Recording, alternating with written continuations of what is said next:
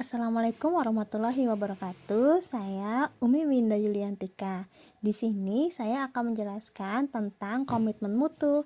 Pengampu materi ini adalah Ibu Girianti Catur Lestari.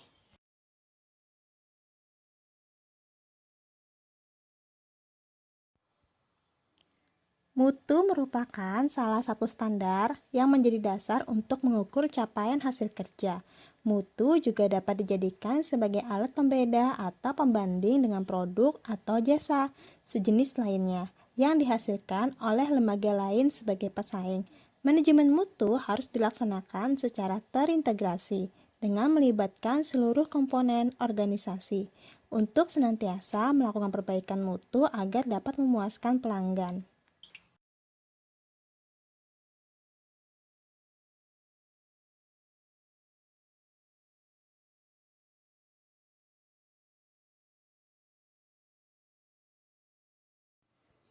Nilai-nilai dasar orientasi mutu dalam memberikan layanan prima sekurang-kurangnya mencakup hal-hal seperti berikut. Yang pertama, mengedepankan komitmen terhadap kepuasan konsumen.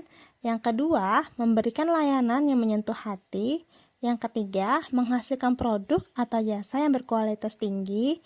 Empat, beradaptasi dengan perubahan yang terjadi. Kelima, menggunakan pendekatan ilmiah dan inovatif dalam pemecahan masalah dan pengambilan keputusan. Keenam, melakukan upaya perbaikan secara berkelanjutan melalui berbagai cara. Dengan demikian, esensi dari pelayanan adalah memberi sesuatu kepada pihak lain. Hal ini mengandung bahwa layanan yang berorientasi mutu akan terwujud apabila apa yang diberikan dapat diterima oleh pihak lain dengan baik sehingga mereka merasa puas.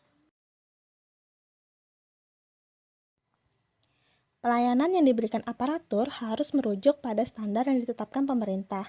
Standar mutu layanan pada institusi pemerintah dapat dibedakan dalam dua hal paradigma.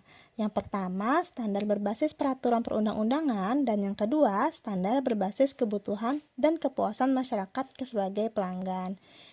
Dengan demikian, ada perbedaan dalam penilaian standar mutu barang dan jasa yang dihasilkan perusahaan dengan jasa layanan yang diberikan oleh lembaga negara atau sektor publik. Jika di sektor bisnis mutu layanan difokuskan pada kepuasan pelanggan, semakin banyak pelanggan yang merasa puas, maka akan semakin banyak pelanggan yang membeli produk.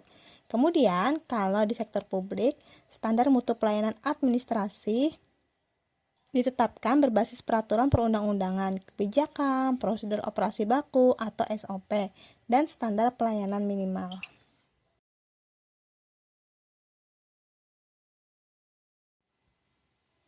Seiring dengan perkembangan ilmu pengetahuan dan teknologi, telah mendorong terjadinya ledakan informasi yang membanjiri berbagai penjuru dunia. Akses informasi menjadi semakin mudah dan cepat. Banyak cara yang dapat dilakukan untuk senantiasa memperbaiki mutu layanan dari aparatur penyelenggara pemerintah atau pegawai ASN kepada publik. Antara lain, yang pertama, memiliki fungsi, tugas pokok, dan peran yang diberikan institusi. Yang kedua, memiliki kompetensi yang sesuai dengan bidang pekerjaannya. Yang ketiga, merencanakan target mutu layanan yang akan ditampilkan. 4. Memahami karakter pelanggan yang akan dilayani. Kelima, menguasai teknik pelayanan prima, melayani dengan hati. Yang terakhir, menerima kritik dan saran untuk perbaikan ke depan. Dalam menjalankan tugasnya, para pejabat dan aparatur wajib memperhatikan peraturan perundang-undangan yang menjadi dasar hukum bagi setiap keputusan yang diambil dan tindakan yang dilakukan. Sebelum memulai melaksanakan tugas pekerjaan, pegawai ASN harus memahami terlebih dahulu wewenang dan tanggung jawab yang dibebankan kepadanya.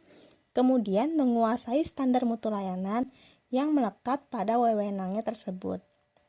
Oleh karena itu, tanggung jawab mutu diselaraskan dengan tupoksi masing-masing aparatur, sehingga tidak terjadi tumpang tindih atau saling melempar tanggung jawab ketika menghadapi masalah.